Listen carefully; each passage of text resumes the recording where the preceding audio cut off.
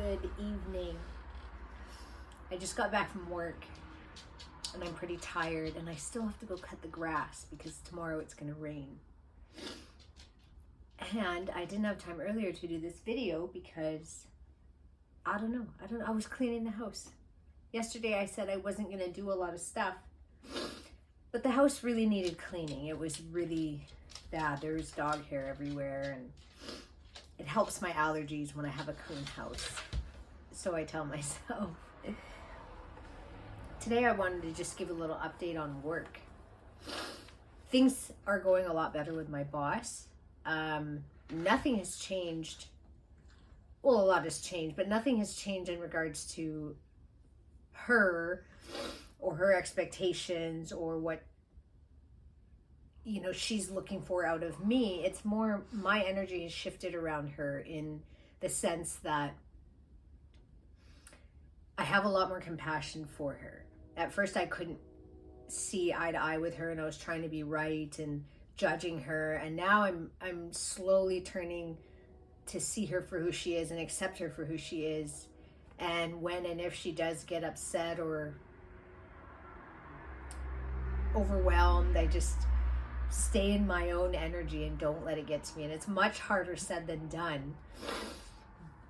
I'm learning, though, that's one of the hardest things I've ever had to do, is to remain present no matter what is going on around you.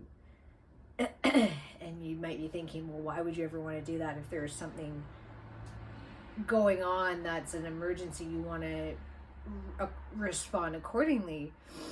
And I'd have to disagree. Having worked in many different areas where there were emergencies, the person who can remain the calmest is always the one that's going to have the most sound mind. And practicing that day to day with easy things at first, people who don't trigger you that much, and then, sorry, I have the windows open because it's really hot in here. So you start with people who don't trigger you very much, even people you have a good time, easy time being around, like for instance your dogs, and try being with them if you talk to them and staying very present. And then you move up to more and more challenging people. And I totally agree now that people who are challenges in your life are sent for a reason. And they're actually, my friend calls them littlest angels, because they're there to teach you something.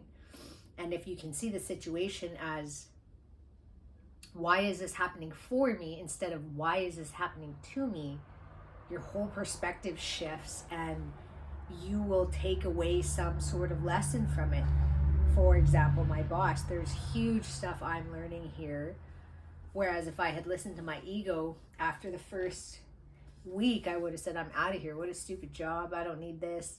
And then I would have just kept finding people like that boss everywhere, because that energy would still be in me and I wouldn't have learned how to heal it and to move on and to treat people like that with compassion, because she's where she's at.